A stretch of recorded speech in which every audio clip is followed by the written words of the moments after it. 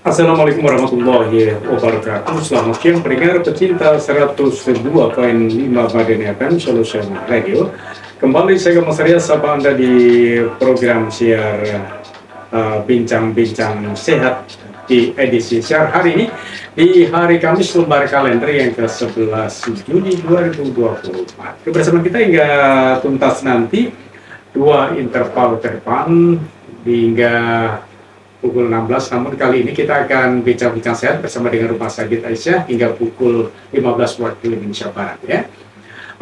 Ada layanan fasilitas yang kami sediakan seperti biasa di 0823 399 ataupun juga Anda bisa simak ya di radio streaming Madani FM, di Radio Madani.online, kemudian di YouTube Radio Madani Official, kemudian di Instagram atau Facebooknya di Madani akan betul-betul. Silakan itu layanan-layanan fasilitas yang disediakan untuk Anda di kesempatan hari ini. Sudah hadir narasumber kita dari Rumah Sakit Aisyah. Segera saja saya sapa. Assalamualaikum Pak Zainuddin. Waalaikumsalam warahmatullahi wabarakatuh. Iya, hadir narasumber kita adalah Mas Edi Zainuddin gitu, saya panggil. Edi aja. Mas Edi gitu ya.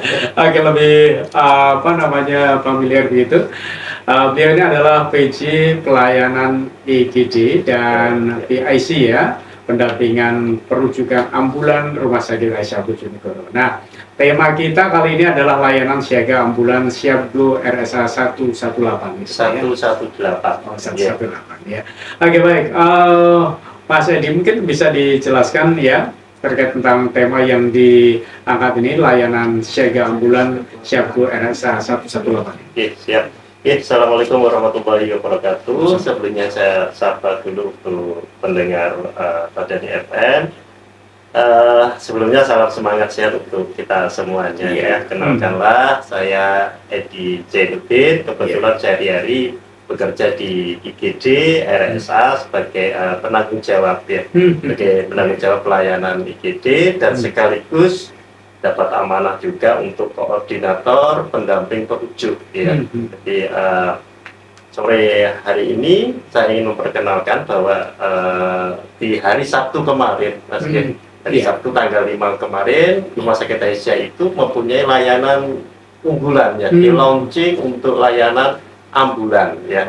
Sebenarnya sudah lama, cuma launchingnya yang baru sekarang ya. Sudah lama kita jalani sebetulnya dari IGD, kalau ada penjemputan kita layani, cuma hari ini kita memastikan mempunyai satu nama ya, yakni dengan nama kita kenalkan ke pendengar Madani untuk Bojonegoro dan sekitarnya, yakni dengan kalau saya pakai ini juga langsung ya, dengan nama Siapgo RSA. Siapgo RSA itu ada artinya, ada singkatannya. Kalau Bojonegoro itu mempunyai layanan PSC 119 ya, Public Safety Center. Kalau kita di RSA ini ada Siapgo RSA dengan singkatan Siaga Ambulan Pasien Bojonegoro. Ya. Jadi Siapgo berangkat ke RSA untuk sembuh dengan extension 118. Ini kode nasional atau internasional. Baik. 118 atau 119. Luar biasa. Lalu kira-kira apa maksud layanan ambulan dengan penjemputan pasien dari tempat? Mungkin bisa dijelaskan kepada pendengar pecinta Madani FM.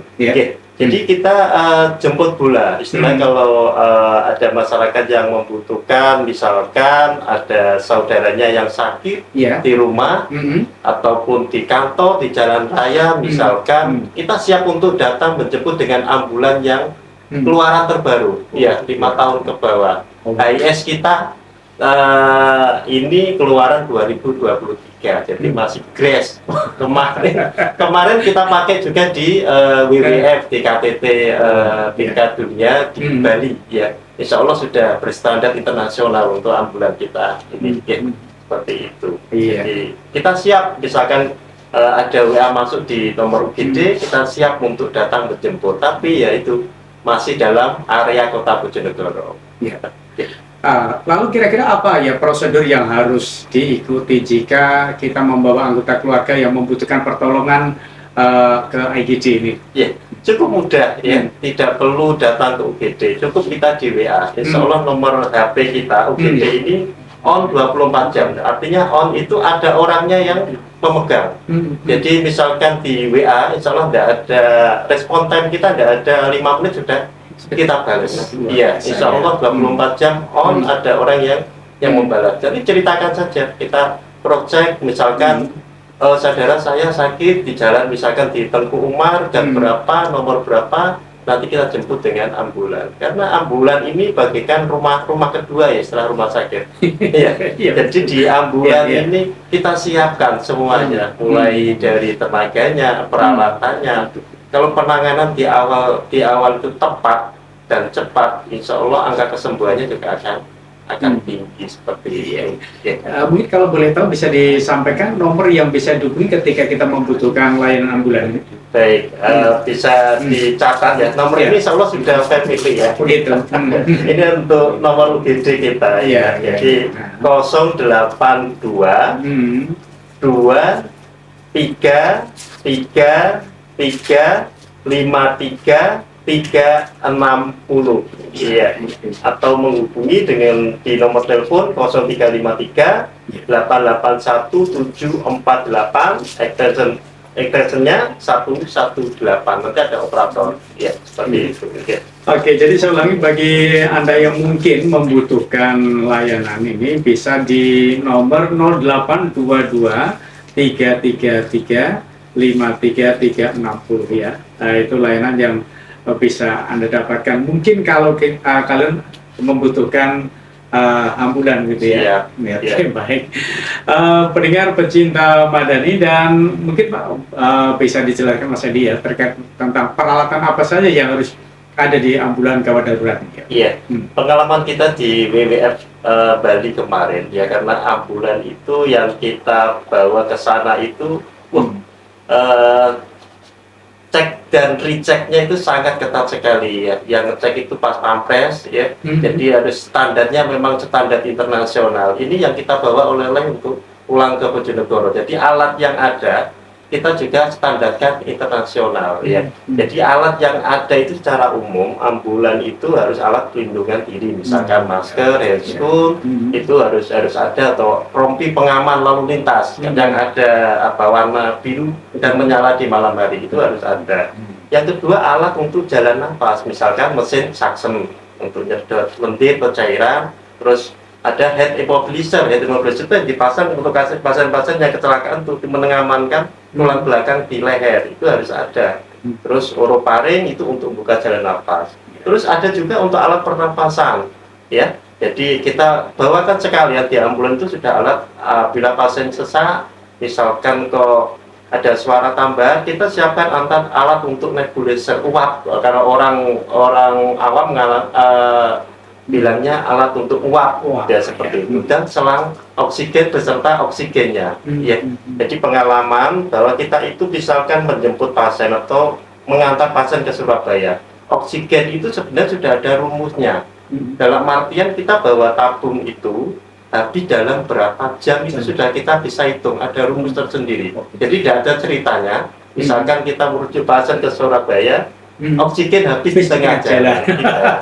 Sudah kita hitung sedemikian rupa untuk persiapannya seperti itu. Terus alat untuk selanjutnya ya, kita sudah ada ventilator ya di ambulan itu. Ventilator itu alat bantu napas yang secara otomatis. Itu juga untuk fasilitas ICU kita pindah di ambulan yang HIS ini. Terus ada yang manual, ambulan juga sudah ada. Untuk selanjutnya apa saja yang ada di ambulan kita? Alat untuk sirkulasi, misalkan monitor itu yang untuk ngecek tekanan darah yang secara otomatis, saturasi oksigen ya, seperti itu tadi. Terus kita bawakan juga untuk alat cek gula darah. Bila sewaktu-waktu kadang-kala kita mendapat telepon itu pasiennya tidak sadar. Itu kadang-kala tidak sadar itu bisa karena memang kadang stroke, kadang kalau riwayat gula bisa gulanya drop. Ya, itu kalau kita cek di lokasi terus kita lakukan penanganan, ya tidak jadi berangkat ke rumah sakit, ya akan sadar lagi kalau sudah tangani di tempat. Ya, jadi saya bilang ambulan ini akan menjadi rumah kedua setelah rumah sakit. Seperti itu. Di ambulan juga kita sudah sediakan alat untuk DC shock. DC shock itu untuk kalau di sinetron itu kan kita lihat misalkan ada orang yang kondisinya memburuk itu kan dijebret seperti itu. Nah itu yang itu namanya DC shock. Itu juga sudah kita sediakan di ambulan. Jadi semua alat yang ada di rumah sakit sebenarnya sudah kita masukkan ke dalam. Jadi mulai syring pump, terus chain pump itu untuk masukkan obat-obatan yang emergency sudah ada. Jadi terus alat untuk melihat kesadaran, melihat bentuk pupilnya seperti center atau apa itu sudah ada juga. Terus yang tidak kalah penting itu alat untuk imobilisasi dan fiksasi. Alat ini apa tuh?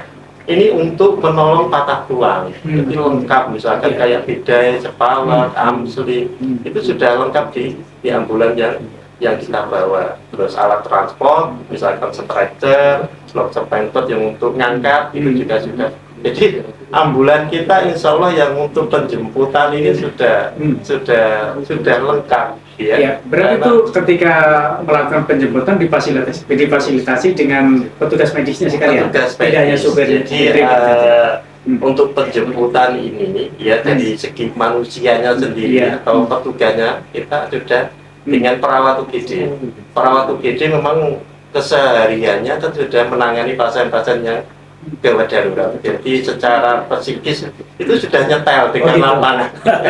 Jadi satu perawat UGD, yang kedua dengan driver yang sudah driver kita memang kan keseharian kan di rumah sakit tentu sudah mendapatkan pelatihan untuk bantuan hidup dasar. Seperti kemarin Pak Agus saya datang ke sini, Pak Ronggo juga sudah hadir di sini juga menjelaskan.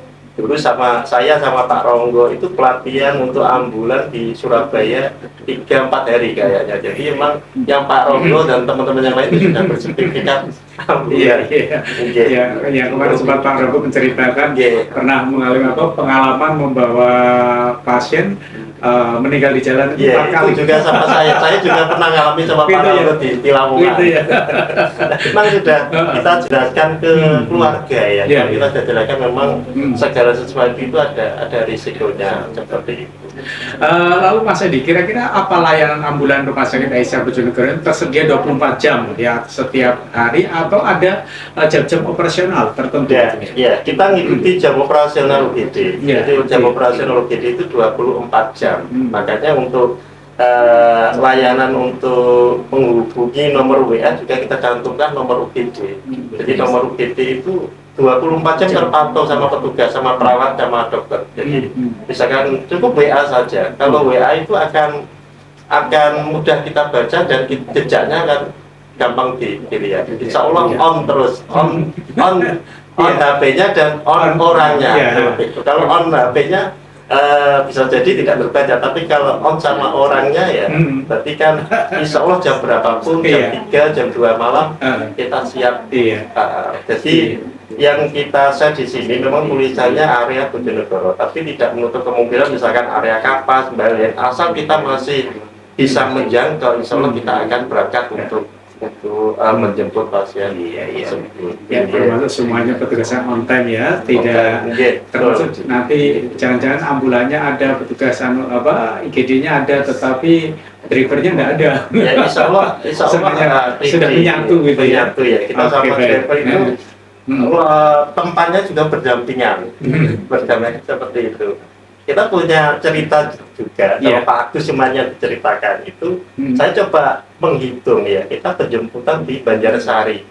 Di Banjarsari itu kalau ditempuh normal itu hampir 15 sampai 20 menit ya. Saya coba menghitung, kita meniti dari rumah sakit sampai lokasi itu sudah kurang lebih 5 menit sampai Pak Agus itu. Memang ambulan itu sebenarnya kalau mengambil pasien itu diperbolehkan di atas 100, diperbolehkan melawan arus pun boleh kalau tidak ada pasiennya.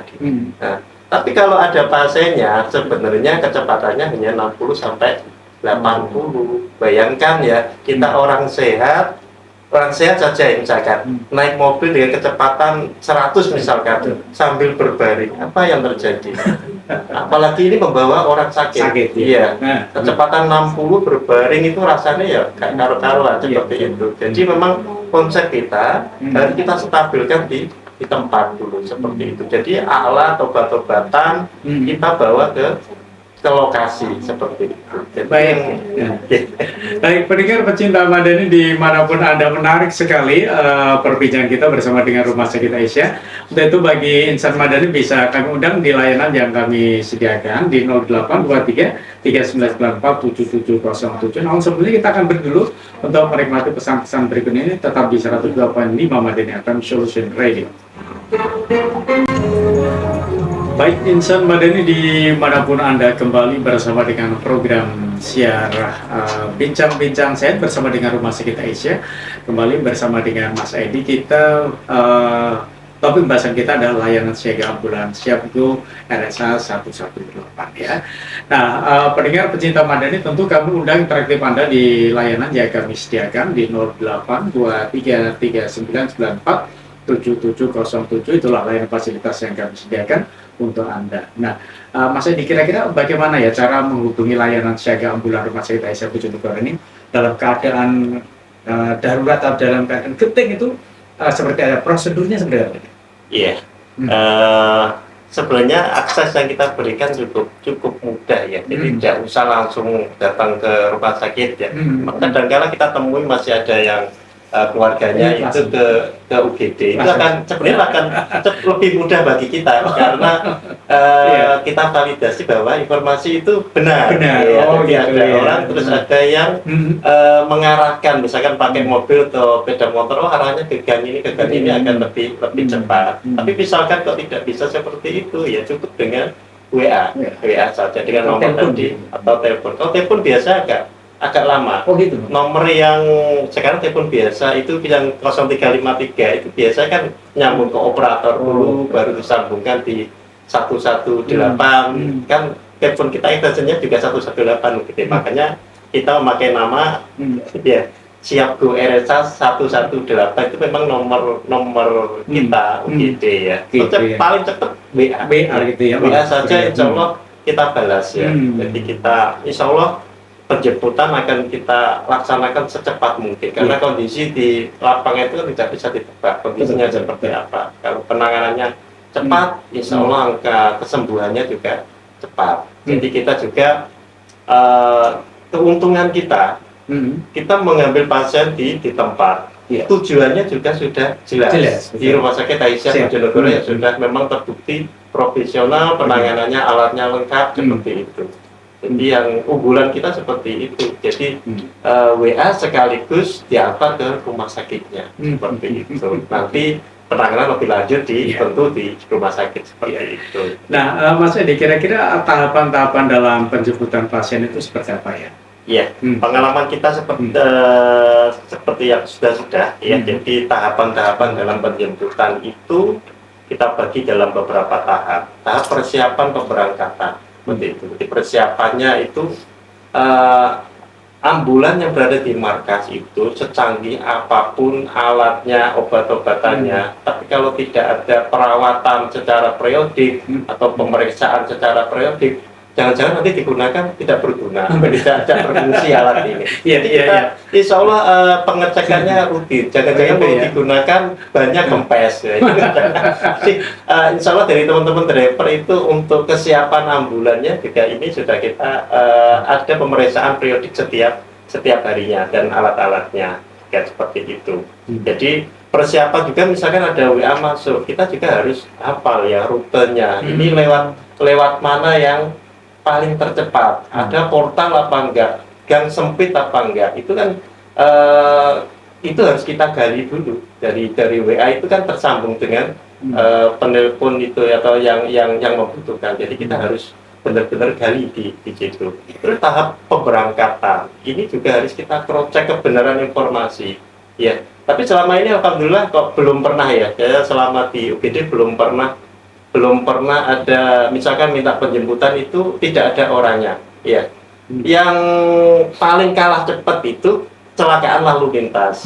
Ya, karena orang Indonesia itu jiwa menolongnya tinggi. Ya. Jadi kita belum sampai ke lokasi sudah diangkut dengan mobil yang lain, karena memang tadi orang Indonesia itu paling cepat kalau untuk menolong. Ya, jadi sebenarnya ya bagus menurut kita kalau seperti itu. Tapi misalkan ada ambulan diangkut menggunakan ambulan akan lebih baik, karena penanganan tentu akan sesuai prosedur ataupun secara medis seperti itu. Kadang-kala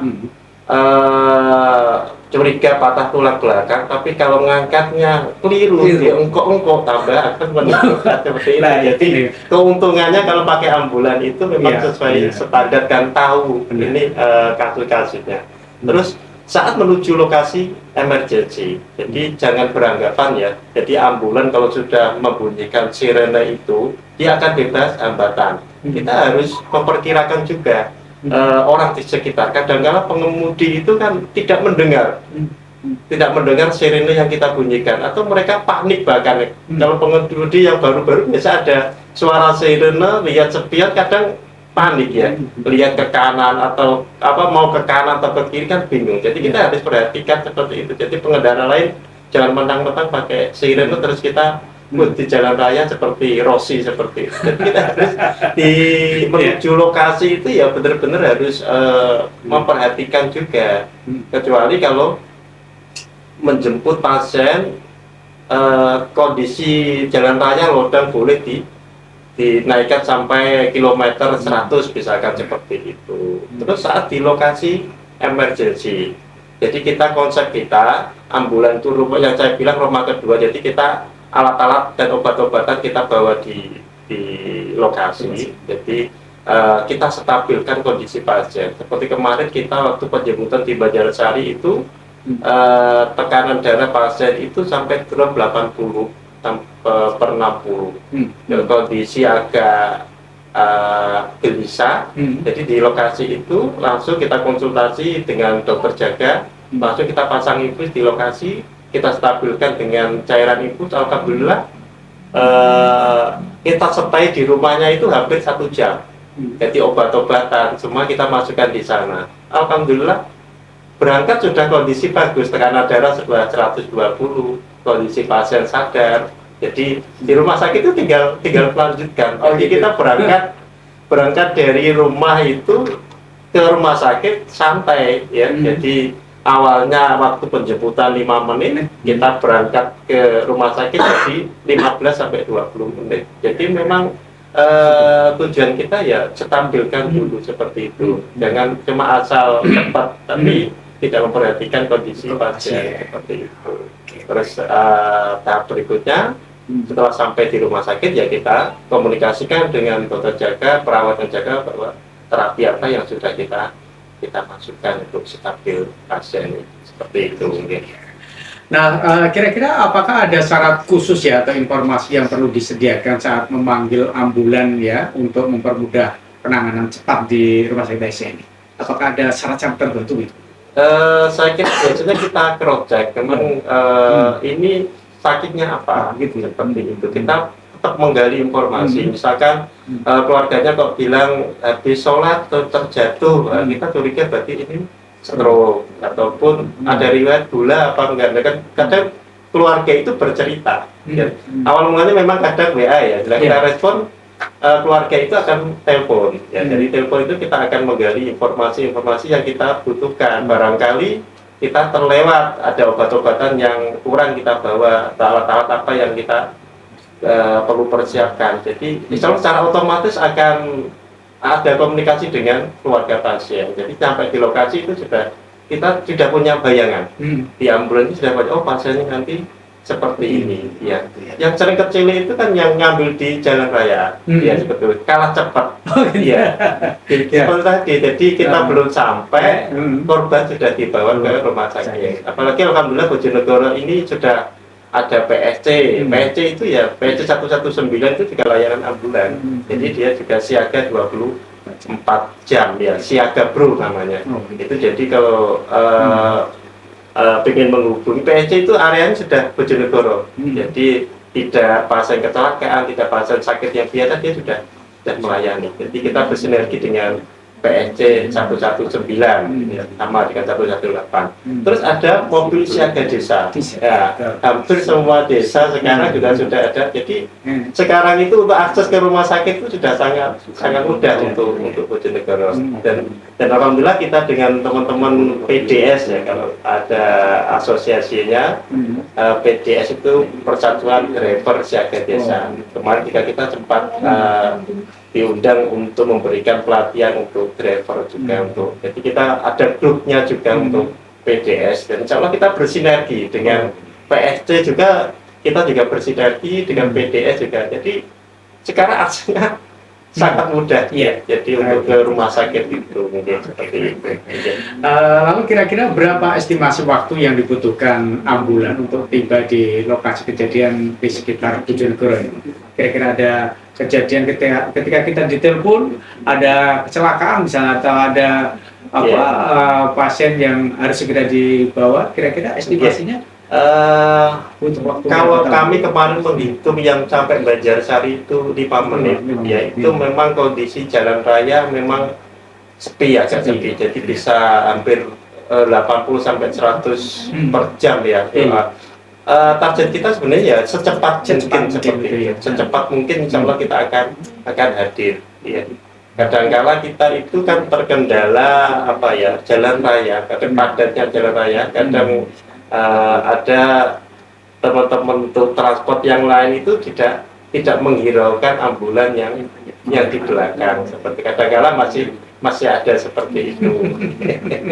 Namanya orang-orang banyak jadi kita harus sadar memang seperti yang saya jelaskan tadi, kadang-kala tidak mendengar sirene atau kebingungan, malah kebingungan mau ke kanan atau ke kiri. Kadang-kadang kalau jalan raya padat kan seperti itu. Target kita enggak.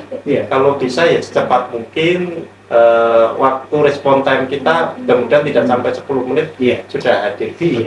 Ya, apalagi kadang malah supir-supir yang bawa truk besar itu malah tidak mau minggir gitu ya. Kadang kita harus secepatnya untuk mengambil pasien gitu. Dan Bojonegoro itu juga ada istilah relawan ya. Relawan saya dulu pernah saya juga dikasih nomor teleponnya relawan yang misalkan kita mau merujuk ke Surabaya, itu ada relawan yang mencarikan jalan pakai sepeda motor. Kita beberapa kali juga kontak dan benar dibukakan jalan ya sampai Surabaya. Kita kasih untuk fee juga tidak mau. Ya memang benar-benar relawan. Jadi dia mengawal kita di depan, membukakan jalan seperti itu. Ketika beberapa kali jalan seperti itu. Itu bukan dari kepolisian? Bukan. Dari relawan masyarakat. Luar biasa Bojonegoro. Pendengar pecinta Madani dimanapun Anda, tentu kami undang interaktif Anda di layanan yang kami sediakan. Namun sebenarnya kita akan beri dulu untuk menikmati pesan-pesan berikut ini. Jangan kemana-mana, tapi 102.5 Madani FM Solution Radio bersama dengan bincang-bincang sehat Rumah Sakit Aisyah Bojonegoro. Baik, insan Madani dimanapun Anda kembali masih dari jantung kota Bojonegoro, Jalan Togumar 48 di program siar Bincang-Bincang Sehat bersama dengan Rumah Sakit Aisyah. Kembali kita mengambil tema tentang layanan siaga ambulan Syabku RSA 118 ya. Nah, siaga ambulan pasien Bojonegoro.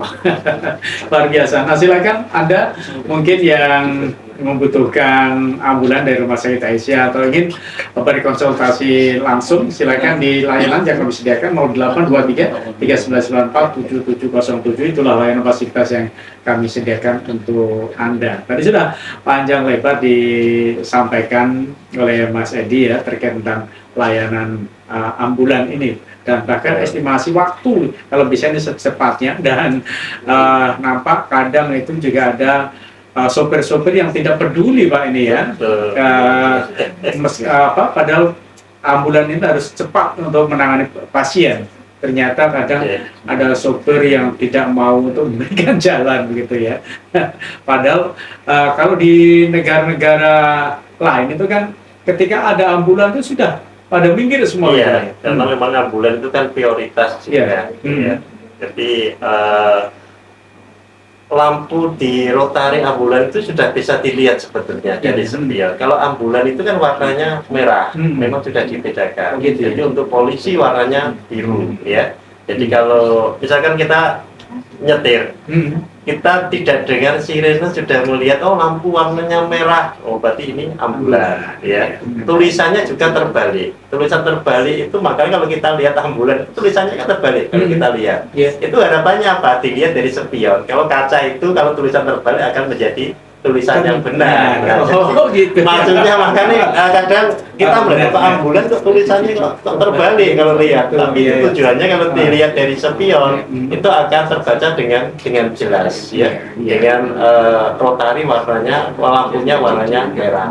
Kalau warna kuning itu kan ditujukan untuk dinas perhubungan itu, ya. Jadi 3 lampu itu sebenarnya sudah bisa dilihat tanpa mendengar sirene sudah kelihatan dari spion. Gelombang kita sudah ada cahayanya warna merah. Oh ini berarti ambulan seperti itu. Termasuk kemarin sudah disampaikan bahwa ternyata sirenenya itu juga berbeda-beda. Berbeda-beda. Sirene ambulan itu ada 4 ya. Kalau saya pelajari di teorinya itu ada 4. Kalau waktu ngambil pasien itu bunyinya seperti palang pintu kereta api, ya. Jadi tidak menggebu-gebu, ya. Jadi waktu mengambil penjemputan itu seperti saat kita ada waktu kereta api mau lewat seperti itu. Baru kalau membawa pasien baru sirenenya agak keras seperti itu. Kalau mau bawa jenazah beda lagi, Bu. Jenazah sebenarnya dimatikan. Oh, malah dimatikan Seperti itu. Iya. Oke, baik. Pak Edi, terkait dengan pelayanan di Rumah Sakit Aisyah, kira-kira bagaimana ya prosedur umum penanganan pasien di IGD Rumah Sakit Aisyah Bojonegoro saat pertama kali masuk? Kira-kira bagaimana penanganannya? Iya. Sesuai standar, ya. Jadi di UGD itu tidak mengenal antrian sebenarnya, ya. Kita mengenal kalau UGD itu sistemnya trias. Trias itu prioritas penanganan. Ada kalau lampu ya ada merah, kuning, hijau. Di masing-masing warna itu sudah ada kriterianya. Jadi tidak siapa yang datang duluan kita layani, tidak seperti itu. Jadi kalau di UGD itu kita prioritaskan. Biasanya kalau kita masuk di UGD itu sudah ada garis warna di lantainya. Jadi kalau ini kondisinya gawat darurat, kita taruh di yang warna merah seperti itu. Satu yang di kuning, satu di hijau. Jadi kita tangani mana nih yang misalkan yang hijau kok datang duluan 1 jam misalkan. Tiba-tiba yang merah datang, ya kita beralih ke yang merah, kita dahulukan yang mengancam nyawa seperti itu. Jadi karena pasien tidak atau keluarga pasien tidak paham gitu, yang tahunya saya disepelekan. Iya, jadi sebenarnya yang hijau itu arahnya di poli rawat jalan seperti itu. Jadi yang merah sama kuning ini kita prioritaskan di UGD. Jadi jangan petugas kita jangan disalahkan, misalkan kok saya kok datang duluan. Biasanya yang malah yang bisa protes itu yang labelnya hijau karena dia masih sadar, masih bisa bicara, tidak apa-apa. Tapi yang merah sama kuning yang kondisinya kurang bagus malah dia tidak bisa protes.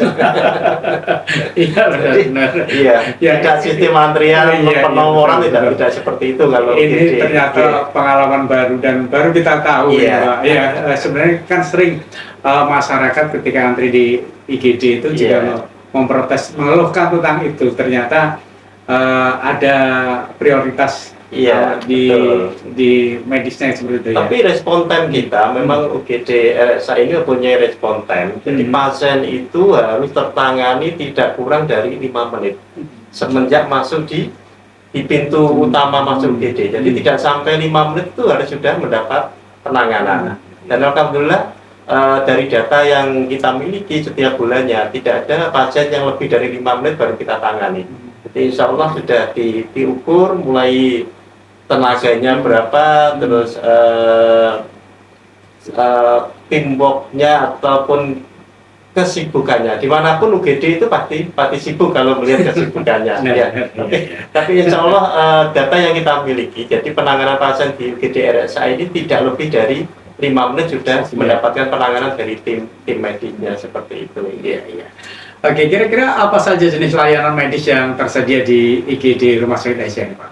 Untuk mendukung penanganan berbagai jenis kedaruratan yang ada misalnya. Iya, insya Allah kita juga sudah lengkap ya, mulai kasus-kasus trauma kita juga sudah ada dokter ortopedi yang siap 24 jam dikonsuli, kasus-kasus jantung untuk dokter konsultan juga sudah siap, radiologi juga kita sudah 24 jam untuk misalkan ke pasien pengen ronsen, pengen apa, jadi langsung aja masuk lewat UGD. Insya Allah kita misalkan jam 2 malam, jam 3 malam kita layani semua. Laborat juga tidak usah menunggu pagi ya. Misalkan mau cek lab ya, tapi ya lewat UGD dulu. Jangan ujuk-ujuk langsung ke lab minta lab ya. Jadi harus lewat misalkan jam 1 malam, jam 9 malam masuk aja UGD. Misalkan kondisi panas sudah 5 hari, misalkan mau minta lab dulu ya kita layani untuk lab 24 jam untuk menunjang semuanya. Yes, pelayanan di Rumah Sakit Aisyah ini luar biasa dan tentu Anda tidak usah ragu datang ke Rumah Sakit Aisyah ketika keluarga Anda sakit. Jadi kalau dulu orang itu mau ke rumah sakit itu bingung akan biaya. Sekarang sudah hampir semua masyarakat Bojonegoro itu tercover BPJS. Kita pun sebagai pelaksana ya yang di lapangan di UGD, kita tidak membedakan ini BPJS atau umum, tidak membedakan. Memang kita selalu fokus di kondisi pasien untuk penanganan. Jadi kita tidak memikirkan lagi ini BPJS, ini pasien umum. Jadi insya Allah akan kita pelakuan sama sesuai kondisi kegawatannya seperti itu.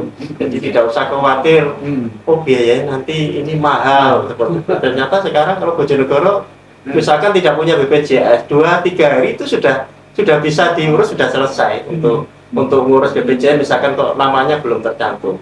Jadi tidak usah membawa kartu atau apa, bawa KTP saja sudah cukup. Di nomor NIK itu sudah di data itu sudah muncul ini punya ada BPJS apa enggak, cepat, nggak usah fotokopi. Kan dulu orang mau ke rumah sakit juga bingung ini harus fotokopi sekian banyak, sekarang nggak usah, tinggal apalagi kalau ada HP sudah difoto saja KTP-nya, oh nomor NIK-nya pendaftaran sudah bisa, nggak usah berlama-lama sekarang.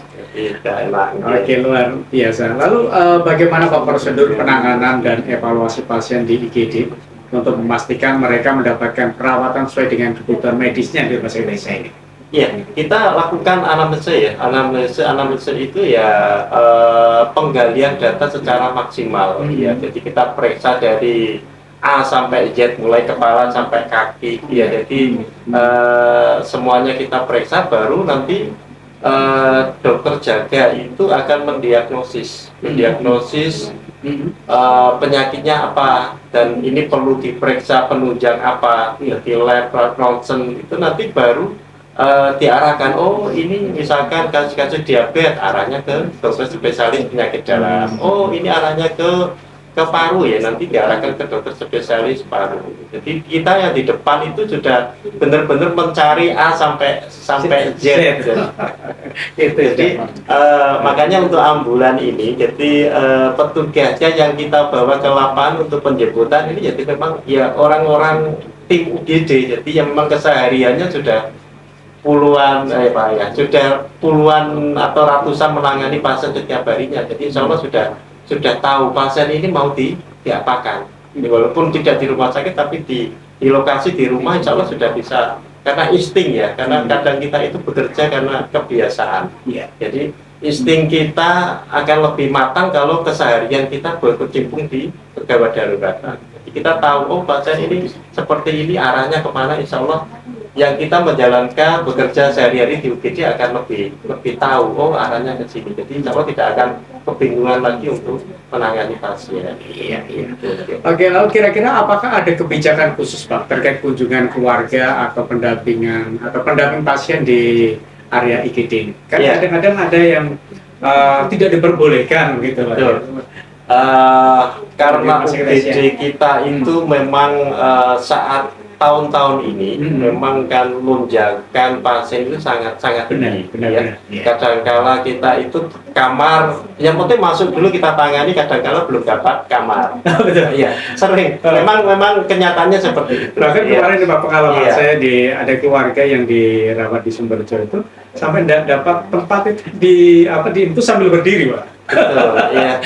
Jadi Seperti ini ya, pasiennya berjubel luar biasa ini. kalau di dalamnya sudah ramai, misalkan idealnya diisi 7 sampai 8 pasien, kadang-kala sampai data yang saya miliki kadang terisi 21 orang, itu pasiennya saja.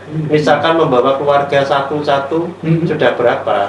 Iya, Tapi kadang-kala ada yang 5, ya, itu yang satpamnya yang kualan, keluar masuk untuk mengingatkan. Memang kebijakan kita pasien yang di UGD itu satu pasien satu penunggu. Jadi kita juga sudah buatkan audio. Jadi itu misalkan kalau pasien sekiranya berjubel, kita tinggal putar klik, itu sudah ada pengingat untuk mohon perhatian untuk keluarga untuk menunggu satu saja. Jadi kita juga tidak memberatkan satpamnya untuk baru nanti kalau sudah kita ingatkan kok masih tidak dihiraukan baru satpam masuk. Jadi memang kebijakan kita ya satu pasien satu penunggu. Tapi ya melihat juga, misalkan kok kondisinya longgar ya monggo. 2 atau 3 orang kita ada. Kalau di kamar perawatan juga sama. Kamar perawatan juga itu di jam-jam tertentu. Di jam. Iya, misalkan di jam 21 ke atas, kadang-kala pasien itu kan butuh istirahat. Iya, kadang-kala itu kalau yang di kelas-kelas 3 yang satu kamar sampai 4 orang, 5 orang, ataupun yang satu kamar 2 orang, yang satunya misalkan rame, kan otomatis kan terganggu. Iya. Tapi kadang istirahatnya orang sakit itu akan menjadi penyembuh. Kan seperti itu. Iya. Jadi kadang-kadang keluarga yang lain nunggu keluarganya, tapi tidak menghiraukan pasien yang lain seperti itu. Oke, baik Pak. Mungkin di penghujung acara ini pertanyaan terakhir yang ingin saya sampaikan terkait tentang kira-kira apa yang menjadi unggulan dalam layanan Syabdu RSA 118, Pak. Baik ya. Untuk layanan ini memang kita siapkan dengan konsep yang matang ya. Artinya dari segi manusianya dalam arti petugasnya, kita siapkan perawat yang memang sehari-hari bekerja di IGD, ya, yang paham betul kondisi UGD dan penjemputan di lapangan insya Allah akan lebih bisa menangani kondisi gawat darurat. Dan kita siapkan drivernya juga sudah mahir dalam menguasai bantuan hidup dasar dan dalam segi transportasi. Dari segi materialnya juga kita siapkan ambulan HIS ya, atau APV, insya Allah tahunnya 2023, GRACE ya, ini baru. Jadi insya Allah tarifnya juga sama ya. Ya, sebentar ya, ini saya potong dulu Pak sebelum melanjutkan. Karena ada penanya yang masuk, ini perlu untuk saya bacakan. Assalamualaikum. Waalaikumsalam. Saya Pak Sudarso di Cepu. Saya sangat mengapresiasi para pengemudi ambulan yang bekerja tanpa kenal lelah dan selalu siap siaga dalam setiap situasi darurat. Keahlian, keberanian, dan dedikasi dalam menyelamatkan nyawa sungguh luar biasa. Terima kasih atas pengabdian dan ketangguhan kalian di jalan raya. Semoga selalu dalam lindungan Allah Subhanahu wa Ta'ala. Kepada seluruh pengguna jalan, ketika mendengarkan atau melihat ambulan dengan sirene menyala, mari segera memberikan jalan. Tindakan kecil ini bisa menyelamatkan nyawa seseorang. Mari kita tingkatkan kesadaran demi kebaikan bersama. Terima kasih Bu Nur. Terima kasih Mas Edi juga. Iya. Ini juga sebelah Pak Sudarso ya, di Cepu ini ya. Oke, baik. Baik, saya lanjutkan untuk unggulan kita ya, yang kita tawarkan untuk ambulan RSA ini ya. Jadi dari segi ambulan, insya Allah perawatannya juga secara periodik ya, alat-alatnya, obat-obatannya juga selalu kita cek ya. Kadang obat-obatan juga ada yang ngecek dari farmasi, apakah ini sudah expired apa enggak, insya Allah sudah ada yang ngecek sendiri. Jadi alat dan obat yang kita bawa ke pasien di lapangan itu insya Allah sudah sudah sesuai SOP, jadi insya Allah bisa digunakan seperti itu ya. Ya, baik, Terus, luar biasa. Terus untuk metodenya, aksesnya sudah kita permudah ya dengan cukup WA tadi ya, atau telepon. Insya Allah ARSA dan ERSA. Saya kenalkan ARSA dan ERSA. ARSA ini adalah ikonnya rumah sakit ya. Gitu. Di hari puasa kemarin sudah kita launching. Jadi kadang-kala kita setiap produk-produk dari RSA itu pasti ada gambarnya kayak apa ya, boneka ya, berpakaian seperti seragamnya rumah sakit Aisyah ya, itu namanya yang cowok ARSA, yang cewek ERSA. Jadi penyebutan kita adalah ARSA dan ERSA siap datang ke rumah memberikan pelayanan untuk Anda seperti itu. Untuk monenya kita perlu saya utarakan ya, untuk tarifnya barangkali perlu nanti barangkali pendengar Madani ingin tahu tarifnya cukup terjangkau ya. Kalau area kota itu cukup 115.000. Insya Allah sangat terjangkau, ditunjang dengan fasilitas dan tenaga yang menjemput itu sudah terlatih, insya Allah.